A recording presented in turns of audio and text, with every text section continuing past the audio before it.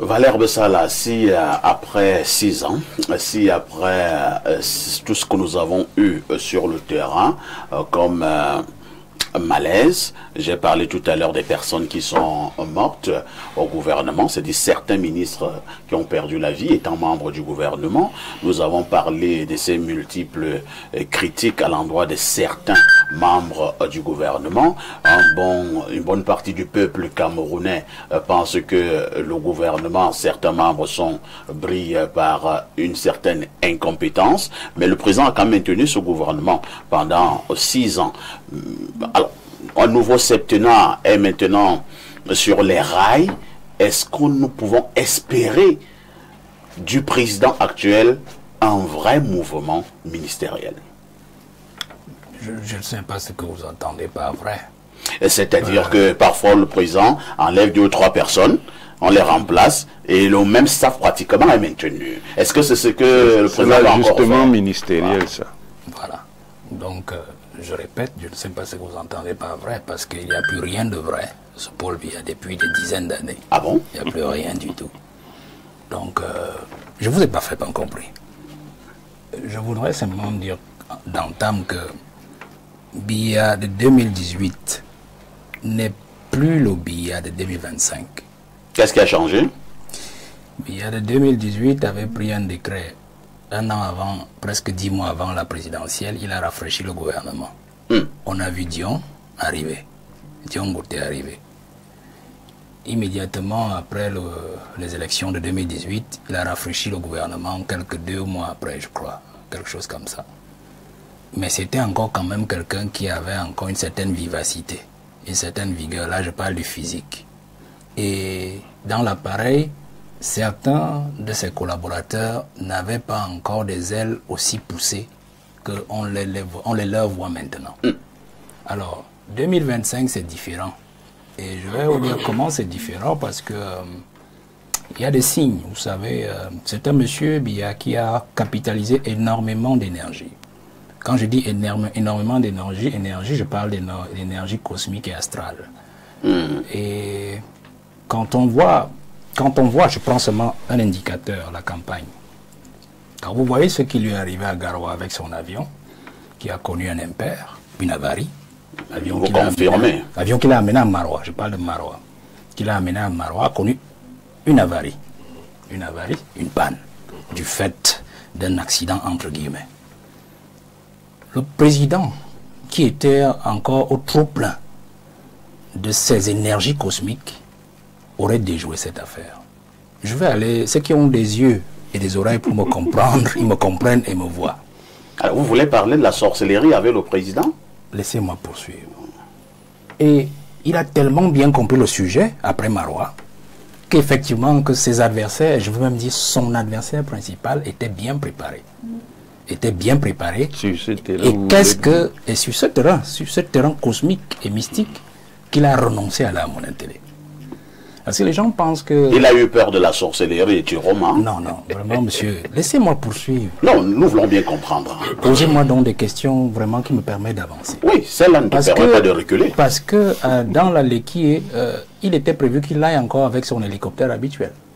Il y a renoncé, les gens ont pensé peut-être que c'est parce qu'il nage ainsi de suite, mais mon télé c'est à quelques encablures, c'est 10 minutes, ou 5 minutes même, du palais. Il avait parfaitement compris cela. Donc il a préféré se rétracter, se retirer. Parce qu'en fait, il faut donc penser, voir cette élection présidentielle, ces quelques éléments pour vous ramener encore. Et là, je vais entrer dans votre question. Donc on a lancé un message mystique à Biya. Je vais vous dire, monsieur Haïssi, que moi j'observe toujours les choses avec plusieurs paramètres. Et je vais vous dire que cette élection a été extrêmement mystique.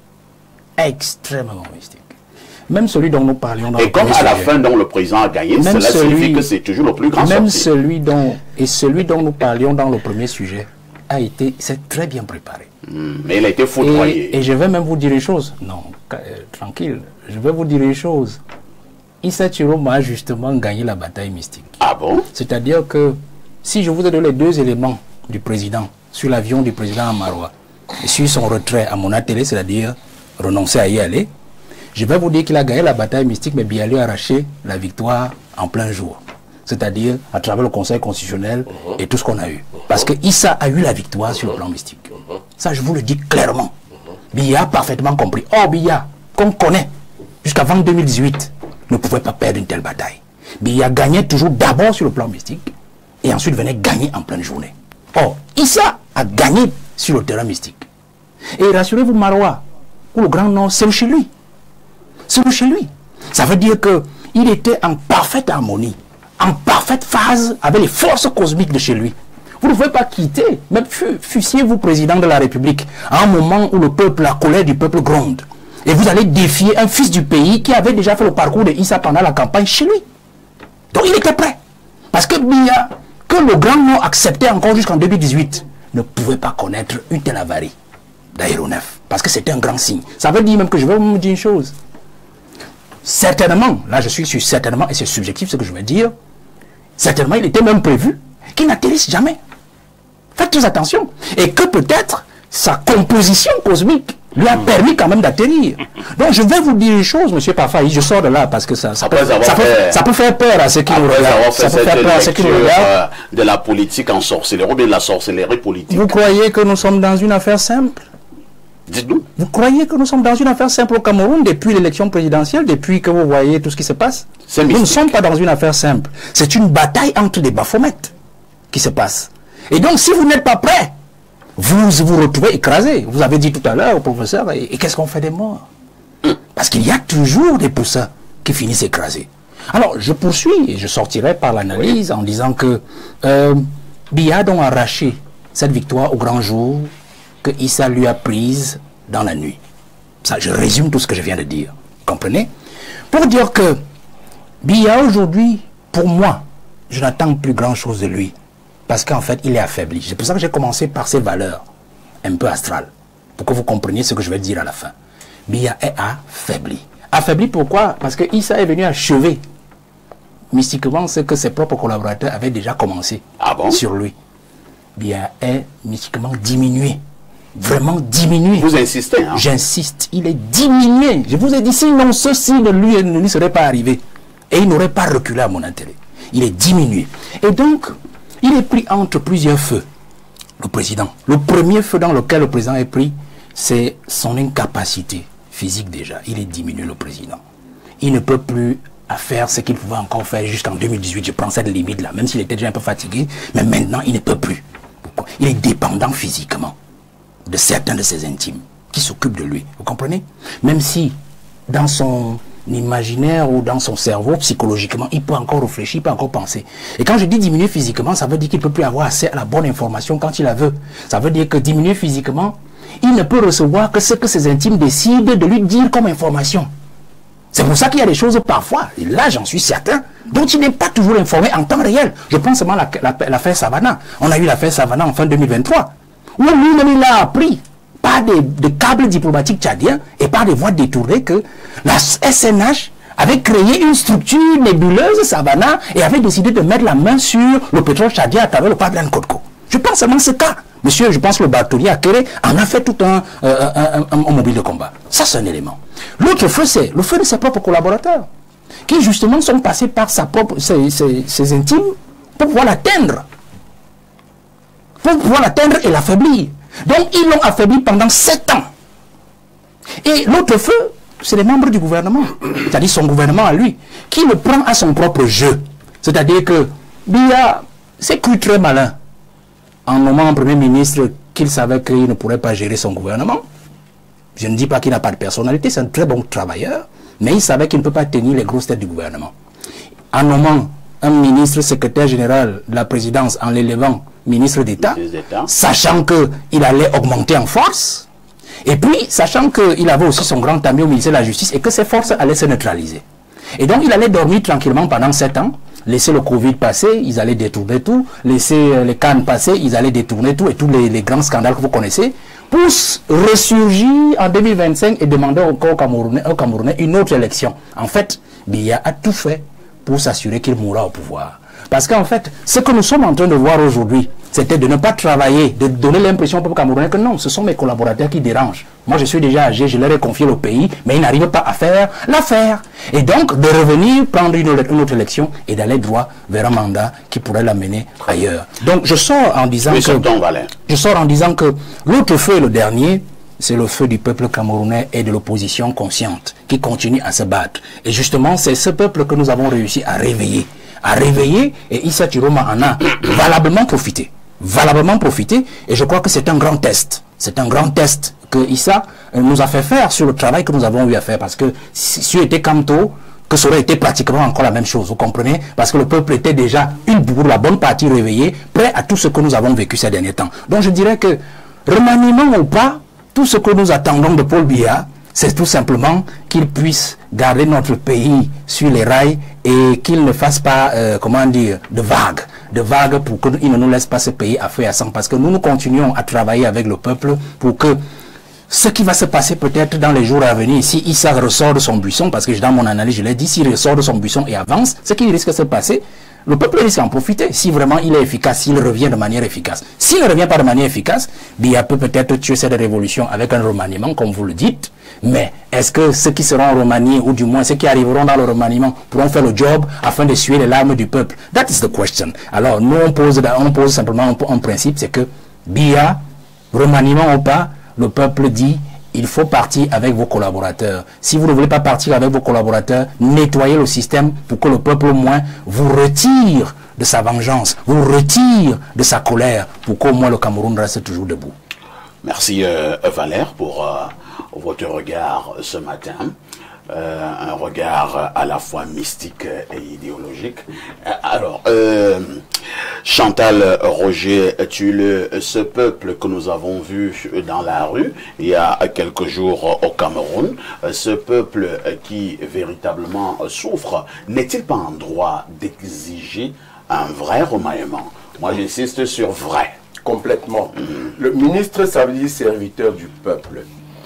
Les jeunes qui, je ne cautionne pas, je ne dédouane pas ceux qui ont cassé et qui ont brûlé, mais il y a un message, c'est le mal-être. Vous n'habitez pas au Cameroun, vous habitez au Cameroun, ça ne va pas.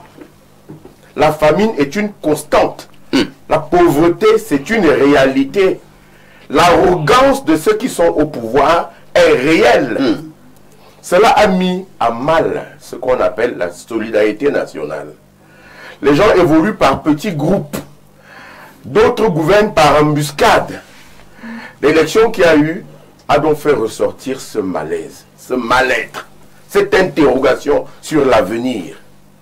C'est les trois questions. D'où venons-nous? Où sommes-nous?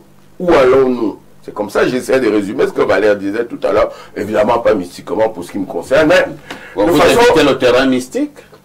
Que je n'évite pas. J'ai dit pour le moment. C'est pour les initiés.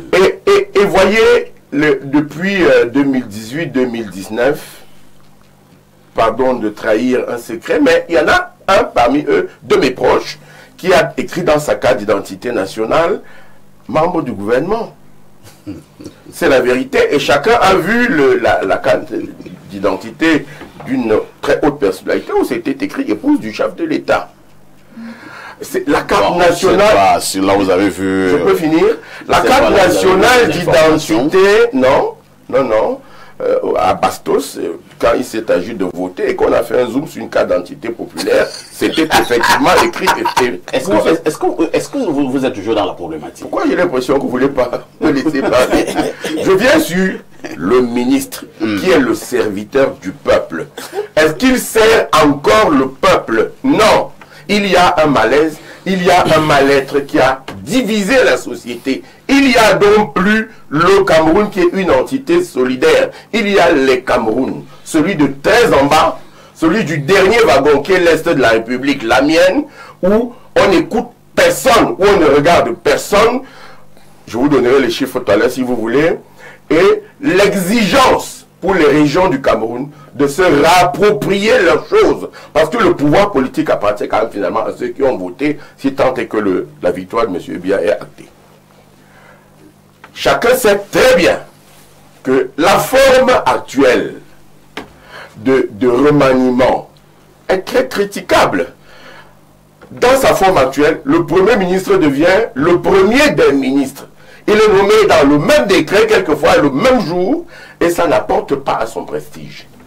Depuis 5 ans maintenant, il n'y a pas eu un acte de gouvernement que le Premier ministre, chef du gouvernement, a signé.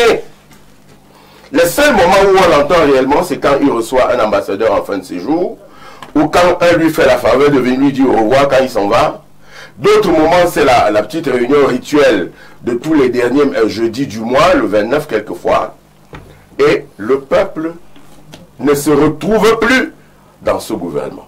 Et parce que s'il y a un changement, je passe sur les décès, je passe sur les injustices de la région de l'Est, qui a perdu Dondon Doké et qui a été remplacé par Foucalyptus, qui n'est pas de ma région, c'est le partage du pouvoir politique après une élection politique comme celle qui vient de se passer. C'est ce que le peuple attend. Il attend quoi? Il attend éventuellement la main tendue. C'est pour ça que je n'ai pas été d'accord avec les 2 dernières phrases de notre chef de l'État. L'ordre régnera. Quand on dit je tends la main, on n'est pas aussi martial dans son discours, aussi violent, aussi définitif. Le peuple pense que Covid-19, il doit y avoir des retombées.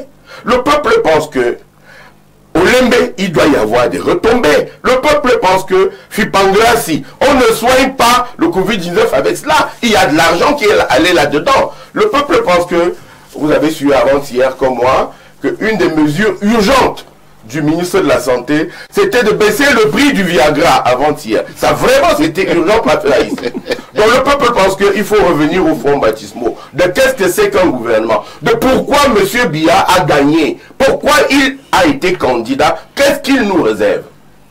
Voyez, parfait à ici. Il m'a semblé que je n'avais pas fini et que vous m'avez pris 2 minutes. Regardez parfait à ici la composition du gouvernement dans sa forme actuelle. Et dites-moi, qui fait quoi? Qui peut faire quoi? Et qui doit faire quoi? J'aime beaucoup le ministre des Travaux publics pour ne rester que sur son exemple. Mais je parle là de Ratman à de Ratplace.